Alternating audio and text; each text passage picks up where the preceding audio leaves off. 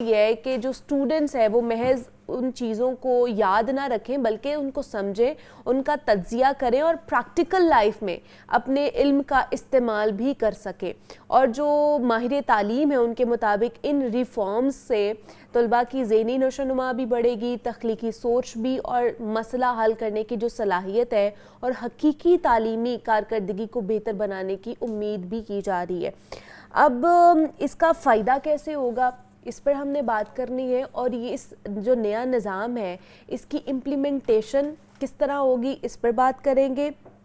इस पर बात करने के लिए हमारे साथ अब्दुल रहमान मौजूद है, करियर काउंसलर हैं। उनसे बात करते हैं कि जो ये नया स्टाइल पैटर्न लेकर आया जा रहा है ये कितना काबिले गौर व फिक्र है, यहाँ पर नाफिजुल अमल किस तरह होगा, ये इसके ऊपर काम किया जा सकता है कि नहीं किया जा सकता। अब्दुल रहमान, आपको वेलकम कहते हैं जागो लोहार में। कैसे आप? ठीक है, मैं बिल्कुल ठीक ठाक और उम्मीद करता हूँ आप लोग भी खैरियत से। हम शुक्र अल्लाह का ठीक ठाक है। अब्दुल रहमान, न्यू कैमब्रिज स्टाइल जो पेपर पैटर्न लेकर आया गया है मेरे ख्याल से एक अच्छी चीज़ है, एक अच्छा इनिशिएटिव है कि चले एटलीस्ट हम रट्टे से तो बाहर निकलेंगे ना। एक कॉन्सेप्ट्स बच्चों के अच्छे होंगे, बेहतर होंगे, उनको समझ आएगी कॉन्सेप्ट्स की, तो वो बाकी चीज़ों को भी अच्छे तरीके से प्रिपेयर कर सकते हैं। लेकिन बुनियादी तौर पर किस चीज़ को तब्दील करेगा ये जो नया स्टाइल है? देखें,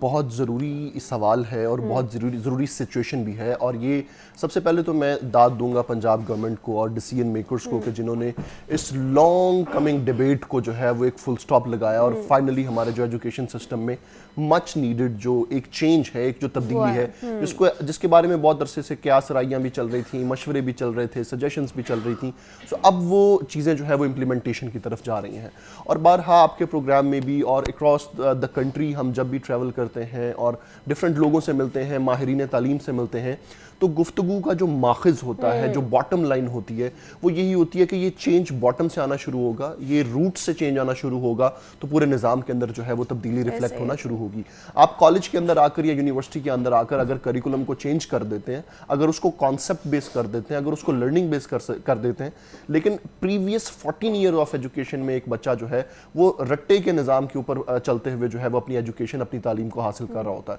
तो उसको एक रैपिड जो शिफ्ट है वो उसके लिए तैयार नहीं होता और बच्चे बहुत ज़्यादा स्ट्रगल करते हैं, जिसकी जो रिजल्ट है वो हमें एम्प्लॉयमेंट के टाइम के ऊपर और प्रैक्टिकल लाइफ के अंदर नजर आता। Coming back to the question now कि ये मेजरली किस चीज को तब्दील करेगा, तो ये क्रैमिंग सिस्टम को और जो रॉट लर्निंग है जिसको हम रट्टा कहते हैं उसको ये तब्दील करेगा। और ये एजुकेशन सिस्टम और पेपर पैटर्न जो है that is now SLO based, student learning outcomes. Muniba, अब ये किस तरह से डिजाइन किया गया है कि एक बच्चा अगर 9th ग्रेड में बायोलॉजी को एज मेजर सब्जेक्ट चूज करता है और उस बायोलॉजी के सब्जेक्ट में हार्ट का टॉपिक 9th क्लास में एक इंट्रोडक्टरी टॉपिक उसको पढ़ाया गया है, वही टॉपिक का सुपीरियर लेवल उसको 10th ग्रेड में, उसी टॉपिक का सुपीरियर लेवल उसको फर्स्ट ईयर में, उसी टॉपिक का मजीद सुपरलेटिव जो फॉर्मेट है वो उसको सेकेंड ईयर में पढ़ाया जाएगा। And it is outcome base के पेपर सेटर और जो आपका करिकुलम सेटर है उसने ये टॉपिक इस चीज को मद्देनजर रखते हुए डिजाइन किया है कि by the end of 2 years, by the end of 4 years जब एक बच्चा ये टॉपिक पढ़कर एग्जाम सेंटर में आएगा या ये टॉपिक पढ़ लेगा, उसकी स्किल, उसका नॉलेज या प्रैक्टिकल एग्जीक्यूशन क्या होनी चाहिए, अगर तो वो कर पाए हैं, वो गोल्स आप हिट कर पाए हैं, इसका मतलब है that SLO has been delivered. अगर वो नहीं हो पाया, इसका मतलब है हमें वापस जाना पड़ेगा और वापस उस कॉन्सेप्ट को क्लियर करके वापस एग्जाम सेंटर में आना पड़ेगा। तो ये exam is not cramming based, ये कॉन्सेप्ट बेस्ड है, प्रॉब्लम सॉल्विंग, क्रिटिकल थिंकिंग, जिस तरह से आपने खुद भी इलैबोरेट किया। तो ये इन बच्चों की जो तख्लीकी सलाहियत है उसको उभारेगा, उनको आउट ऑफ बॉक्स सोचने पर मजबूर करेगा और उनका अपना पर्सपेक्टिव जो है वो क्या है उस टॉपिक को लेकर, रिसर्च को इनकरेज करेगा, क्रॉस टॉपिक नॉलेज को वो इनकरेज करेगा। तो इस निज़ाम तालीम के बाद जो बच्चे अब की बार जब यूनिवर्सिटीज़ में पहुंचेंगे वो ज़्यादा क्लैरिटी के साथ, ज़्यादा कॉन्फिडेंस के साथ and the alignment with the international curriculum कि इंटरनेशनल स्टैंडर्ड और निज़ाम तालीम जो है उसके साथ मुमासलत रखता हुआ, जो उससे मुत्तसिल इवन जो निज़ाम तालीम है जब यहाँ पर होगा तो इंटरनेशनल लेवल पर भी जो आपका एजुकेशन है उसको ज़्यादा प्रेवलेंस मिलेगी और आपके लोग जो है वो कम्पीट कर सकेंगे बाहर की दुनिया से भी। बट इस सिस्टम को राइज करने से पहले आपको नहीं लगता कि जो हमारे टीचर्स हैं, असातिज़ा हैं, उनकी भी ट्रेनिंग होनी चाहिए? बिकॉज वो भी इसी रटा सिस्टम के अंदर ही आते हैं ना। उनकी तरफ से ही बच्चों को कहा जा रहा होता है ना ये याद करके आ जाओ, तो पहले उनकी लर्निंग होगी, उनके बिहेवियर, उनके बाकी चीज़ों में ट्रेनिंग लेकर आएंगे, चेंजिंग्स लेकर आएंगे, देन ये बच्चों तक आएगी। बड़ा ज़रूरी सवाल है और मेरे ख्याल से ड्राइवर को गाड़ी देने से पहले उसको गाड़ी सिखाना बहुत ज़रूरी होता है। तो इस निज़ाम में जो मेन स्टेक होल्डर है, जो कहते हैं ना कि जो कोई भी काम है तो वो KPI की परफॉर्मेंस इंडिकेटर बेस होना चाहिए, और इसके अंदर इस डिलीवरेबल के अंदर जो मेजर स्टेक होल्डर है वो आपका उस्ताद है कि जो इस चीज़ को इनिशिएट करेगा और इस चीज़ को मेक श्योर करेगा कि ये नीचे तक जो है ये डिसेमिनेट करे। तो पंजाब गवर्नमेंट ने इसको तमाम तर बोर्ड्स के अंदर नाफिज किया, ऑल 9 बोर्ड्स ऑफ पंजाब उस पर ये इंप्लीमेंट हुई है।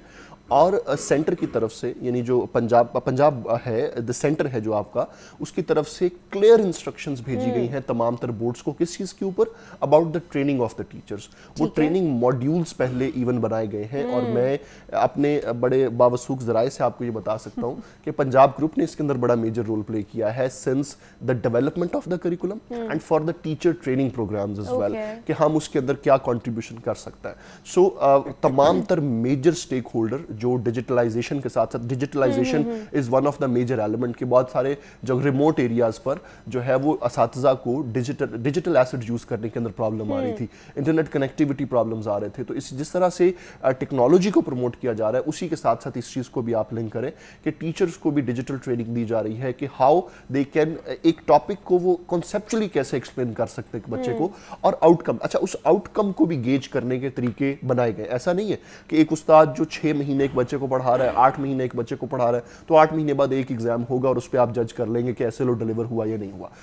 उसमें वर्बल आउटकम्स हैं, ठीक है, कि एक टीचर क्लास में पढ़ाने के बाद अपने ही लेक्चर के आखिर के 10 मिनट जो है वो बच्चों से क्रॉस क्वेश्चनिंग करें कि ठीक है ये जो चीज़ हमने पढ़ी है इसके बारे में आपकी क्या राय है, इसको आप अगर समझते हैं तो क्या समझा आपने, ताकि उसको वहीं पर इम्पल्स मिले कि क्या मैं इस चीज़ को ठीक से डिलीवर कर पाया, नहीं कर पाया तो कल से हम वापस एक दूसरे तरीके से इसको डिलीवर करने की कोशिश करेंगे। सो टीचर्स ट्रेनिंग का भी एक एक्सटेंसिव निज़ाम जो है वो मुतारिफ कराया गया है, और मैं जो चेयरमैन टास्क फोर्स हैं मैं दाद दूंगा मुजम्मिल महमूद, तो उन्होंने भी ये कहा है कि हम ये मेक श्योर करेंगे कि पहले आपके जो मेन स्टेक होल्डर्स, आपके जो असातिज़ा हैं, उनको हम up to the mark training provide करें, और उसके बाद वो इस निज़ाम को लेकर क्लासरूम के अंदर जा सके, ताकि मुनीबा केओस और पैनिक से भी बचा जा सके। एक बच्चे को हमें ये नहीं कहना कि, दूसरा मुझे लगता है कि इस नए पैटर्न से जो नकल करने के चांसेस है वो भी कम हो जाएंगे। बड़ी अच्छी बात है, और ये यकीनन ऐसा ही है। क्योंकि देखिए अगर मैं और आप ये एग्जाम अटेम्प्ट कर रहे हैं तो आप अपना कॉन्सेप्ट लिख रही हैं, मैं अपना कॉन्सेप्ट लिख रहा हूँ, और अगर मैं आपका कॉन्सेप्ट लिख दूंगा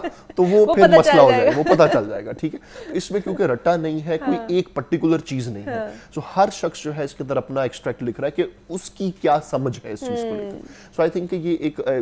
ये जो नकल का निज़ाम है ये भी अब बहुत ज़्यादा चेंज होगा, और इससे जो ग्राउंड लेवल के ऊपर आपका जो एजुकेशन सिस्टम है, यानी जो रिश्वत वाला एलिमेंट है, जो रेफरेंस वाले एलिमेंट है, सिफारिश वाला जो एलिमेंट है, और जो पावरफुल लोग जो हैं वो जो पर्क्स ले लेते हैं निज़ाम को एक्सप्लॉइट करते हुए, तो उन लोगों को भी जो है वो अब एलिमिनेट किया जाएगा, और अब सिर्फ मेरिट बेस काम होगा। और मेरिट बेस कैसे होगा? यानी देखिए इसमें जो पेपर पैटर्न है मुनीबा, दैट इज 40% ईजी,